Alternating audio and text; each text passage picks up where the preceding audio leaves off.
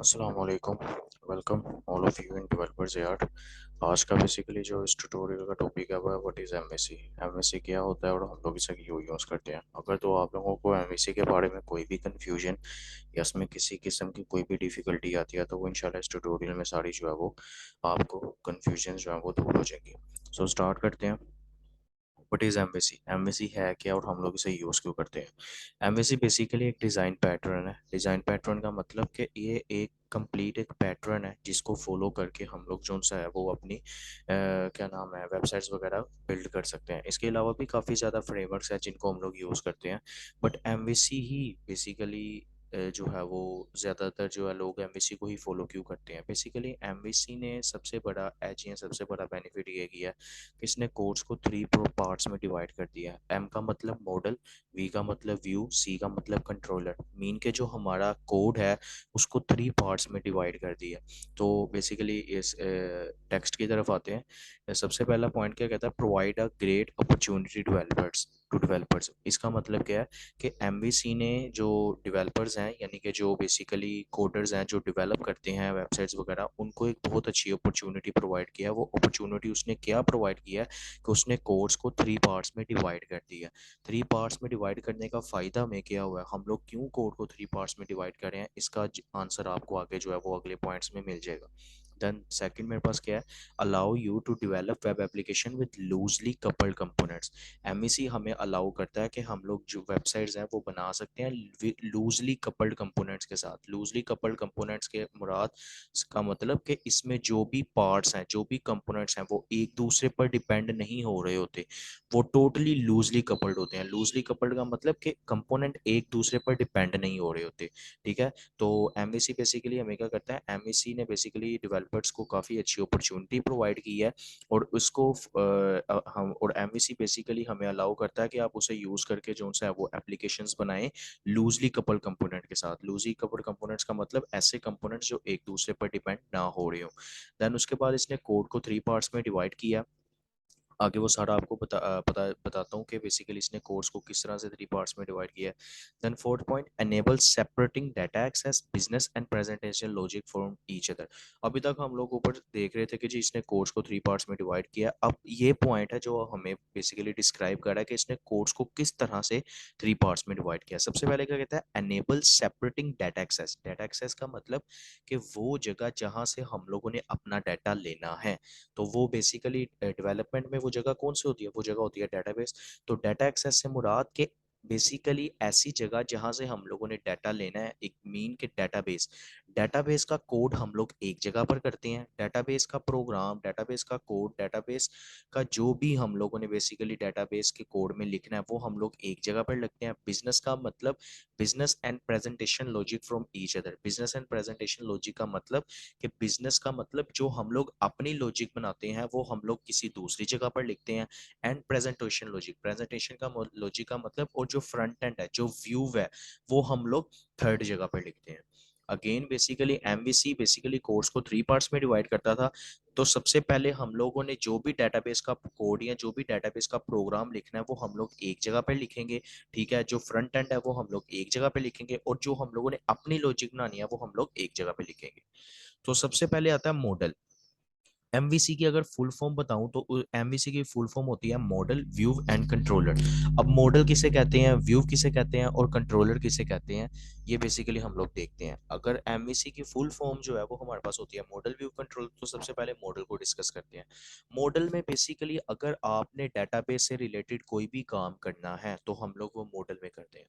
Model में सिर्फ database का काम होता है। मीन के अगर हम लोगों ने डेटाबेस में से डाटा एक्सेस करना है तो हम लोग किसके जरिए से करेंगे, मॉडल के जरिए से करेंगे। ठीक है, मॉडल में बेसिकली हम लोग क्या करते हैं, मॉडल में हम लोग सी शार्प की क्लासेस बनाते हैं और उन क्लासेस में फिर हम लोग आगे जो है ना वो प्रॉपर्टीज बनाते हैं और उन प्रॉपर्टीज को यूज करके हम लोग उन पे कोई ना कोई लॉजिक लगा के डेटाबेस में से डाटा एक्सेस करके लाते हैं। सो इसको स्टडी भी कर लेते हैं। कहता है models are basically classes in C sharp. वही बात के मॉडल बेसिकली क्या है, मॉडल में बेसिकली हम लोग क्लासेस बनाते हैं सी शार्प में। फिर उसके बाद database operation such and fetch data और अपडेटिंग डाटा। वही बात, फिर जब हम लोग ने करना ही मॉडल में डेटाबेस का काम काम है, तो फिर हम लोग क्या करते हैं, सबसे पहले कि क्लासेस बनाते हैं मॉडल्स में सी शार्प की, और उसके बाद फिर वो क्लासेस क्यों बनाते हैं, ताकि हम लोग कोई भी डाटाबेस का ऑपरेशन है, जिस तरह के डाटाबेस में से डाटा जो उनसे वो गेट करना है, उसे अपडेट करना है, कुछ भी करना है, तो हम लोग वो ऑपरेशन उस पर परफॉर्म कर सके। ठीक है। फिर उसके बाद कहता है represents information about a domain that can be the application data of a web application. Basically इसमें वही बात वो लास्ट पे भी कह रहा है कि ये बेसिकली क्या करता है कि डाटाबेस की इंफॉर्मेशन हमें इसमें बेसिकली प्रोवाइड की जाती है, जो भी डाटाबेस से रिलेटेड काम है वो हम लोग मॉडल में करते हैं।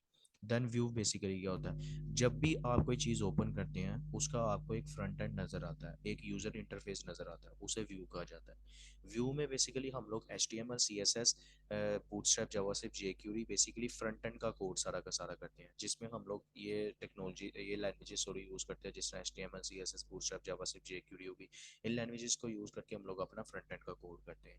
ठीक है। तो व्यू को बेसिकली हम लोग GUI यानी कि ग्राफिकल यूजर इंटरफेस भी कहते हैं।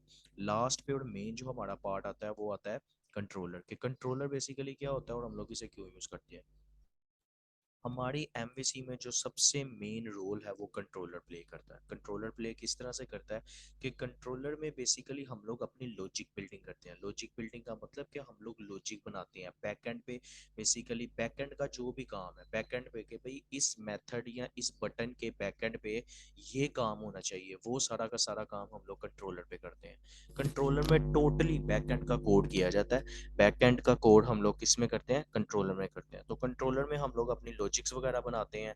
ठीक है। डिफरेंट मेथड्स डिफरेंट टेक्निक्स को यूज करके हम लोग कंट्रोलर में अपनी लॉजिक बनाते हैं। तो कंट्रोलर में लॉजिक किस तरह से बनाते हैं, सबसे पहले जब भी हम लोग बेसिकली क्लासेस मॉडल की क्लासेस बनाते हैं, तो उन क्लासेस से डाटा फेच करने के लिए हम कंट्रोलर्स में मेथड्स बनाते हैं। मेथड्स का मतलब फंक्शंस बनाते हैं, और उन फंक्शंस में फिर हम लोग एक स्पेसिफिक लॉजिक्स लगा के डेटाबेस में से डाटा एक्सेस कर पाते हैं। जिस तरह के हम लोग इस सबसे पहले पॉइंट पढ़े तो controllers are classes in C sharp, कि कंट्रोलर बेसिकली क्या क्लासेस हैं।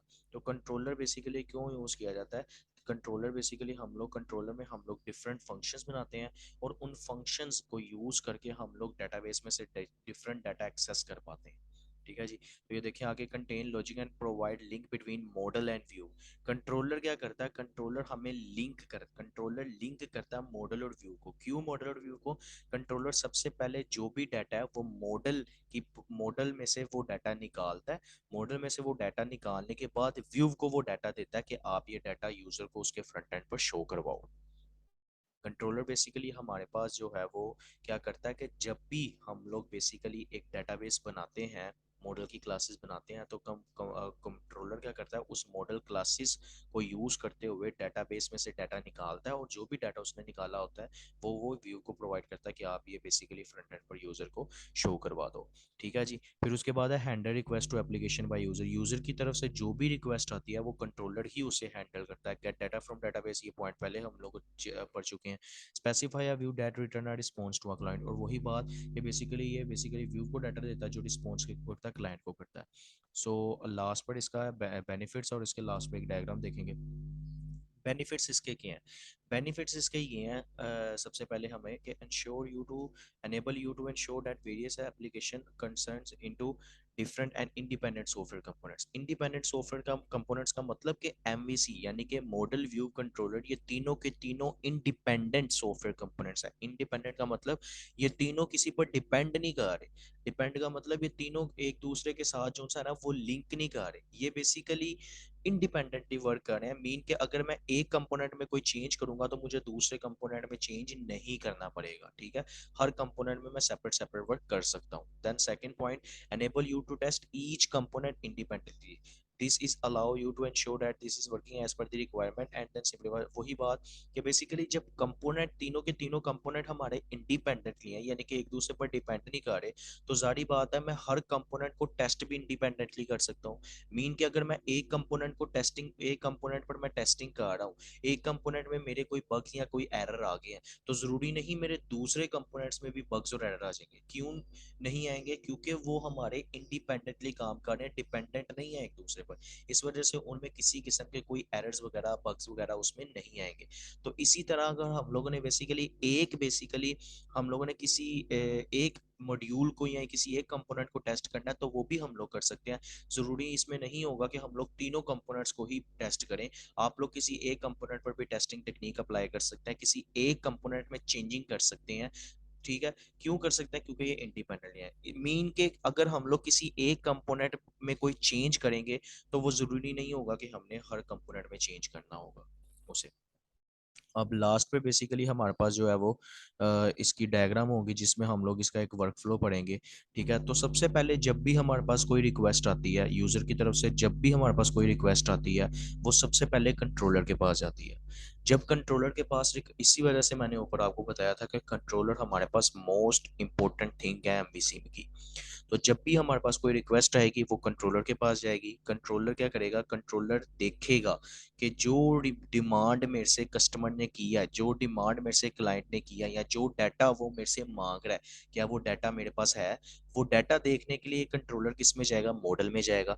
अगर तो वो डाटा उसके पास होगा तो वो डाटे को क्या करेगा? वो डाटा उसको व्यू में शो करवा देगा। मीन व्यू में फ्रंट एंड में उसे वो डाटा शो करवा देगा। अगर कंट्रोलर के पास कोई भी डाटा नहीं होगा तो कंट्रोलर क्या करेगा? सीधा व्यू में उसे कोई ना कोई डेमो मैसेज या कोई ना कोई, हम लोगों ने अक्सर हमारे पास प्रोजेक्ट्स होते हैं जिसमें बेसिकली हम लोगों ने डेटाबेस का काम नहीं करना होता, जिसमें हम लोगों ने सिंपल कहना होता है कि अगर यूजर ये क्लिक करे तो आगे उसे सिर्फ सारा का सारा जो सा है ना वो ये टेक्स्ट शो हो जाए। जिस तरह के एक फंक्शनैलिटी आप लोगों को बताता हूँ, ये उसकी ठीक एग्जाम्पल तो नहीं हो सकती, बस आप लोग इसे एक दफ़ा समझ लीजिए। जिस तरह कि हम लोग किसी बटन पर क्लिक करें तो आगे हमारे पास काफ़ी ज़्यादा टेक्स्ट आ जाए। जिस तरह की इसकी एक एग्जांपल देता हूँ, रीड मोड। के रीड मोड के बटन पर आप क्लिक करें तो वो सारा का सारा टेक्स्ट आपके पास ले आए। ठीक है, तो ये बेसिकली इसमें रीड मोड के पीछे भी फंक्शनैलिटी लगती है बैकएंड की, कि बैकएंड की हम लोग फंक्शनैलिटी लगाते हैं। बट अभी आप ये समझें कि उसके पीछे कोई भी फंक्शनैलिटी नहीं लगी हुई, हम लोगों ने उसके पीछे डमी टेक्स्ट रखा हुआ है। और जब आप उस पर क्लिक करें वो सारा का सारा आपको टेक्स्ट शो करवा दे। तो ये बेसिकली हम लोग किस में करेंगे? व्यू में करेंगे। तो बेसिकली अगर तो कोई यूजर जो भी डिमांड कर रहा है, अगर उस मुताबिक तक हमारे पास क्या होगा? कोई ना कोई डाटा होगा तो हम लोग मॉडल से वो डाटा लेके व्यू को पास करवा देंगे। अगर यूजर हमारे पास जो भी डिमांड कर रहा है, ठीक है, उसके रिलेटेड कोई भी डाटा नहीं होगा तो हम लोग यूजर को कोई भी डाटा शो नहीं करवाएंगे। और अगर यूजर जो डिमांड कर रहा है, ठीक है, उस वो हम लोगों ने सिर्फ उसका फ्रंट एंड ही शो करवाना है। मीन क्या बेसिकली इसका मैं कहने का मतलब ये है कि यूजर की जब भी रिक्वेस्ट आएगी, ठीक है, कंट्रोलर देखेगा कि ये यूजर जो डिमांड कर रहा है वो चीज़ मेरे पास है। अगर वो चीज़ मेरे पास है, वो डेटाबेस में से उसका डाटा लेगा और उसे शो करवा देगा। फिर अगर डेटाबेस में उसका डाटा नहीं होगा तो यूजर सीधा सीधा उसे व्यू शो करवा देगा। और अगर जो यूजर डिमांड कर रहा है वो चीज़ ही हमारे पास नहीं होगी तो यूजर उसे कुछ भी शो नहीं करवाएगा। आई होप कि एमवीसी आपको क्लियर समझ लगी होगी, अच्छी समझ लगी होगी। अगर इससे रिलेटेड आपका कोई भी क्वेश्चन या कोई भी कंफ्यूजन है तो कमेंट बॉक्स में आप मेरे से पूछ सकते हैं। ठीक है।